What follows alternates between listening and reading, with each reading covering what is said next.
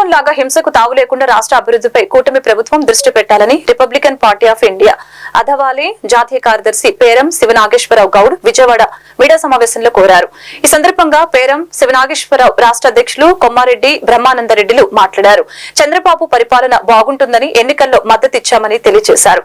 SC, ST, BC, మైనార్టీలందరూ కలిసి ఓట్లు వేయడంతో ఎన్డీఏ కూటమి అధికారం చేపట్టిందని తెలియజేశారు. కార్యక్రమంలో పార్టీ నాయకులు బెజవాడ సాంబయ్య, ప్రకాష్, ఫణీంద్ర కుమార్, శ్రీనివాస్, వి ముత్తయ్య తదితరులు పాల్గొన్నారు.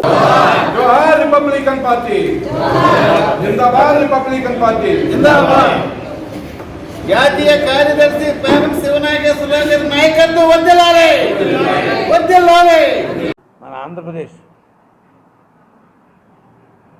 ఒక కూటమిగా ఏర్పడి ఆ కూటమి సాధించిన విజయాలని ఆ విజయాలకి మా పార్టీ తరఫున మేమందరం కలిసి అంటే కన్వీనర్లు కానీ స్టేట్ ప్రెసిడెంట్లు కానీ జిల్లా నాయకులు కానీ అందరూ ఆర్పీఐ పార్టీ తరఫున అందరూ కృషి చేసి కూటమికి ఓట్లేపించి కూటమి అభ్యర్థులందరినీ గెలిపించారు. ఆ రోజు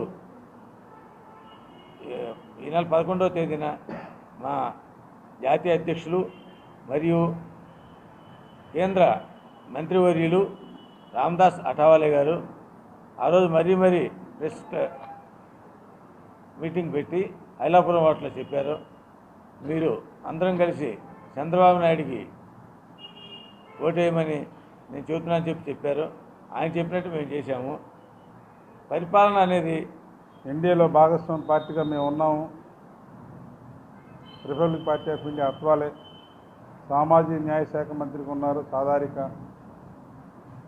భారత ప్రధానమంత్రి శ్రీ నరేంద్ర మోడీ గారి ఆదేశానుసారం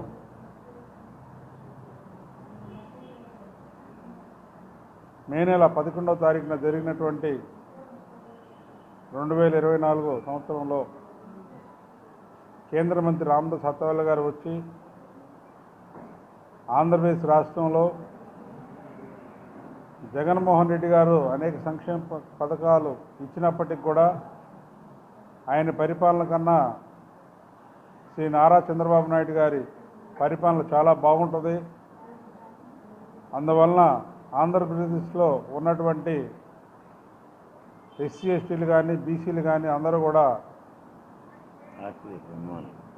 ఆర్పీఐ అభిమానులు, అంబేద్కర్ పార్టీ అభిమానులు అందరూ కూడా శ్రీ నారా చంద్రబాబు నాయుడు గారికి ఓటు వేసి అత్యధిక మెజారిటీతో కూటమి అభ్యర్థులను గెలిపించవలసిందిగా మరి శ్రీ రామదాస్ అఠావాలే గారు ఆదేశించారు.